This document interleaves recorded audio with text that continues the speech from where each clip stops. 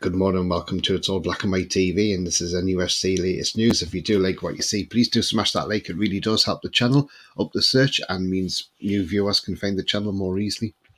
Also, if you're brand new at the channel, come and smash the subscribe. Come and join this great community we have here. That is free to do so, and the bell notification tells you when I'm live, have a pre-record or any upcoming shows. Currently on 1,007 subscribers. If you want to become a member, it's 99p a month. Just click the join button. And also, if you want to make a donation, you can do that in the chat by clicking the $sign as well. Right, okay, before getting to anything Newcastle, yesterday we saw England women come up against Spain in the World Cup final in Sydney. Unfortunately, wasn't to be for England. A 1-0 defeat against Spain. I think they've had a terrific tournament, England. You know, they won the Euros last year.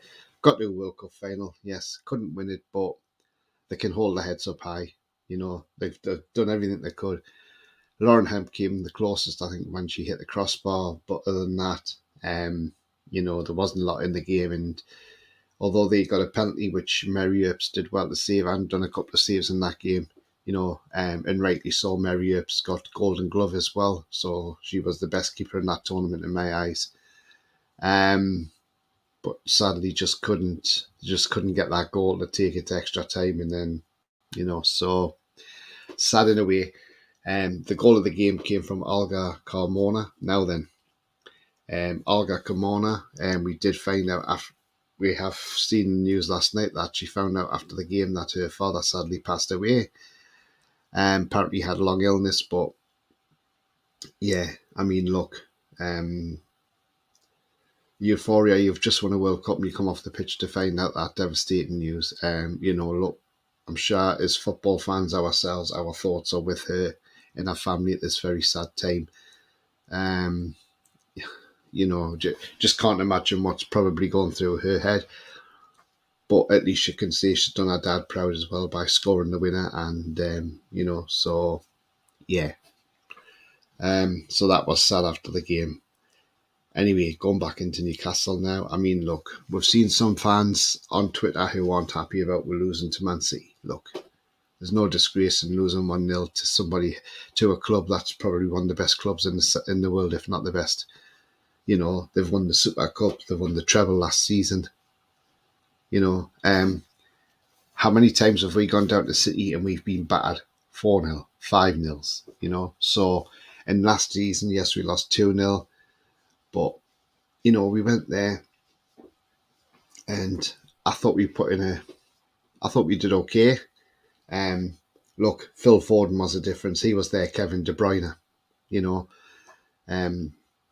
We all thought with De Bruyne being out, that would, you know, be a bit of a boost, but it wasn't, because Foden proved to be the Kevin De Bruyne of that side on Saturday and he absolutely ripped us apart.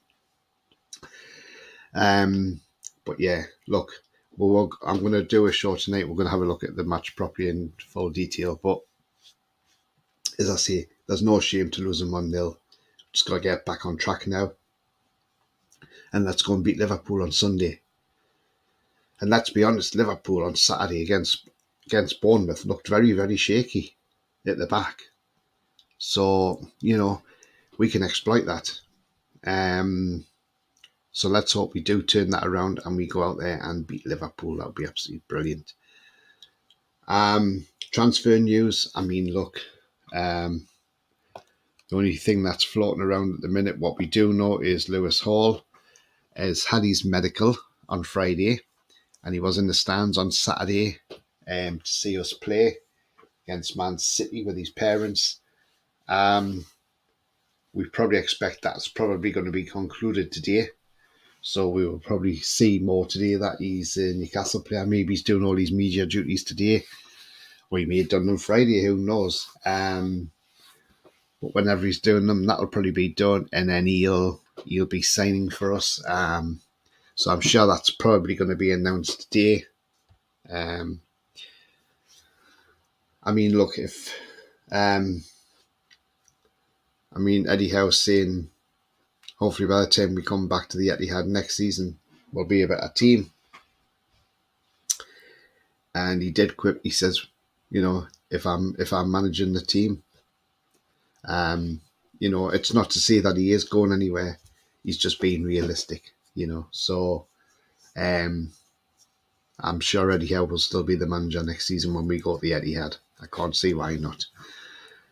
I see we've had Roy Keane come out, and he's absolutely slammed the likes of Carragher when they said, there's no way we're finishing in the top four this season.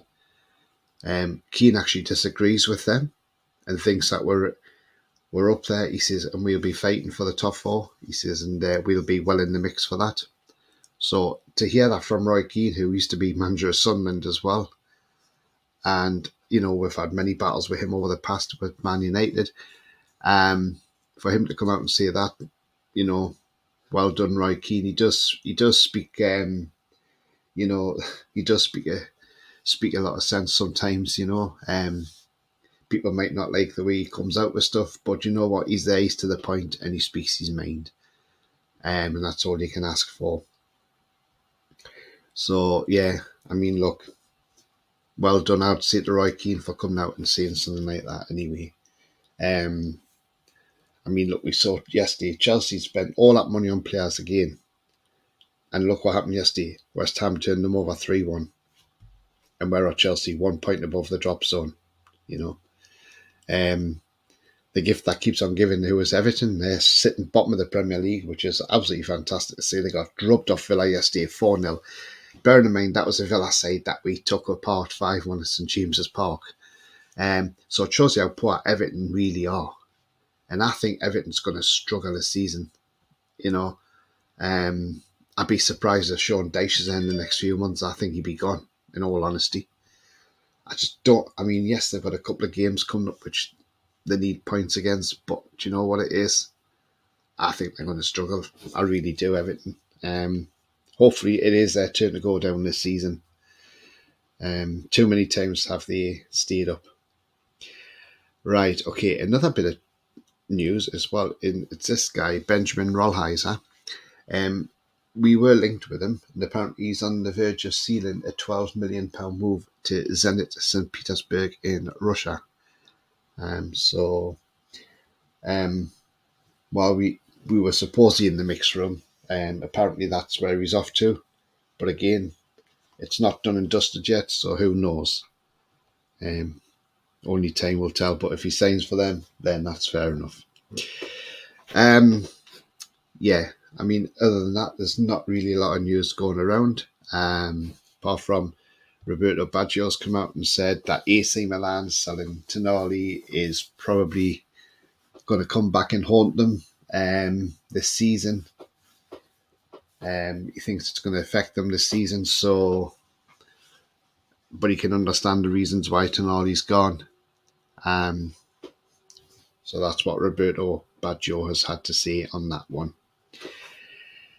Anyway, guys and girls, as I say, I'll be back tonight with a match review, so join me and Rory, and we'll look into what's been said, what happened on Saturday. We'll come back to that.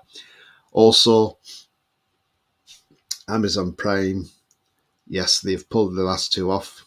I don't know why they put them all out at once. Maybe they weren't supposed to. I've seen the second part, excellent second part of the Amazon documentary. We heard Peter Silverstone talking about the commercial side, how far we are behind Man City. I mean, look, Man City are ahead of us because of they were in before the FFP came in. And that's all the FFP is there for, just stop teams getting taken over by rich people and then going out and spending big. And,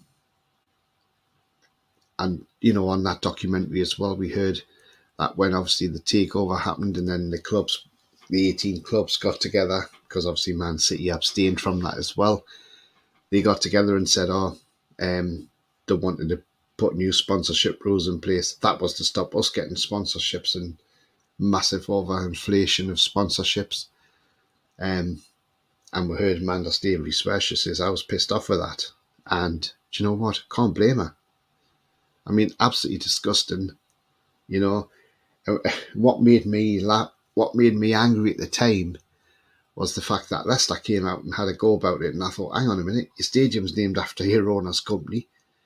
You had your owner's company on your shirts. So don't come out telling us what we can and can't do when you've done it yourselves. So, and Leicester's not in the Premier League no more now, so that's come back and bit them in the backside, hasn't it? Anyway, if you have enjoyed what you see, please do smash that like. It does help the channel to search. Also, if you're brand new at the channel, come and smash the subscribe, be part of this great community and hit that bell notification so you can stay notified. Remember, the future's bright. The future is definitely black and white.